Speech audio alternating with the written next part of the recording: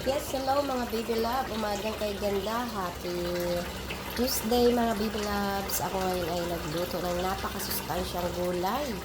Ayan, alam niyo na yan. Pampalinaw ng mata yan mga baby loves ko. At yan nga ay halalahukan ko pa yan ng talagang number 1 din sa pinakamasustansyang gulay. Malunggay. Ginataang kalabasa with malunggay ang ating ulam ngayon mga baby loves. Ayan, nakita niyo yung malunggay. Fresh na fresh. Ayan. O, diba? Fresh na fresh yung ating gulay na malunggay. From, ano yung aking malunggay? From my garden. At, syempre, yung aking kalabasa ay, galing din sa, sa Bicol. O, diba? Malayo pang pinanggalingan ng kalabasa ko, mga baby loves, oh. Ayan, naku, yummy na to. Ginataang kalabasa with malunggay ang ulam namin ngayon ni Cubs. Ayan, oh.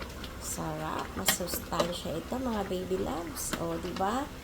Yan, may kunting okra pa yan, halo. O, mga baby loves ko. At may sili yan para may kunting ahang. Para talagang yummy ito. Good morning, song. Yan. Happy Tuesday.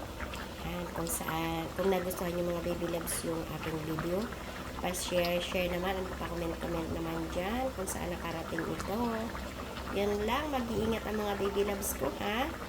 Yan, happy and good vibes lang mga baby loves. Yan, enjoyin lang natin ang maghapon natin mga baby loves dahil para maging masaya lang ang maghapon. Thank you for watching. Ingat palagi. Salamat sa panonood. Thank you sa mga followers ko dyan, ha? Mga friends ko, mga viewers. Thank you so much. Thank you. Bye!